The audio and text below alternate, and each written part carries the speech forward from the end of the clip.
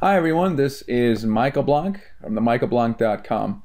Alright, in today's video, we want to talk about fine-tuning the profit and loss, or P&L, in the projections. So, in a normal financial model, such as the one I use for the Syndicated Deal Analyzer, you assume certain things like rent goes up every year by 3% as well as the expenses. You know, kind of normal assumptions, and that's what drives the overall returns. But sometimes, especially when you get into a situation where you're creating value, it's not going to do that. So the Syndicated Deal Analyzer lets you override those basic assumptions to see what impact that has on the overall deal itself. So for example, if the building is 30% vacant, it might take you 12, 24 months to get it to where you want it to go, 10%, whatever market is.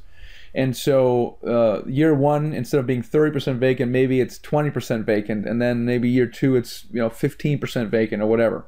So if you go into the P&L and you override those assumptions, you will then quickly see how that changes the overall model, and of course that might allow you to pay more for a deal and become more competitive. So let's take a look at that and let's get started. Today in this video we want to look at we're going to use the Syndicated Deal Analyzer's side-by-side scenarios tab to give us more insight into what we can pay for a deal. So here's one in Baltimore.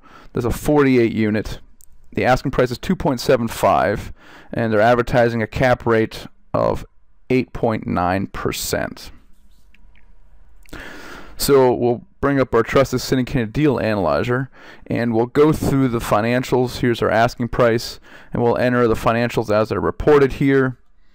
Okay, simply into this thing, and sure enough, at least our math is right. We get 8.81 cap rate. Now one thing we'll notice right away is it's a pretty low vacancy rate and the expenses are only 38% of the expenses, when we know the rule of thumb is more like 45 to 50%. So the expenses are pretty, are low. So let's click on the scenarios tab. There's three columns here. One is the seller reported, my version of the truth, and any kind of projections, because we do factor all three in. So if we look at the income based on rent roll, we don't see anything out of the ordinary. We're not exactly sure if that's right yet, but we don't know anything to the contrary. On the expense side though, we're going to enter in the $150,000 that they have reported, which is only 30%. And so we are replicating their financials. But in the second column, we basically adopt everything on the income side because, well, we don't know anything to the contrary at this moment. But we do we are suspicious of the expenses. So we will manually override that at 45%, and that adjusts the net operating income down quite a bit. So in this analysis here, what I would do, and again, it's being advertised in 8181, I would say, okay, what price do I need to buy this at to basically come in at the cap rate that was being advertised? And I keep decreasing this down to 2.45 until I get to the point where my cap rate is the same as advertised. And so the conversation with the agent basically says, look, you guys advertised an 8.81. That does meet my investment criteria. I appreciate it. It's a good deal. But the expenses are low.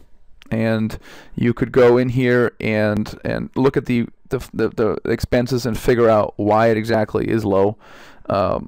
Whatever that may be. You could say, well, real estate taxes are low, or your management fees are not included, whatever the case may be.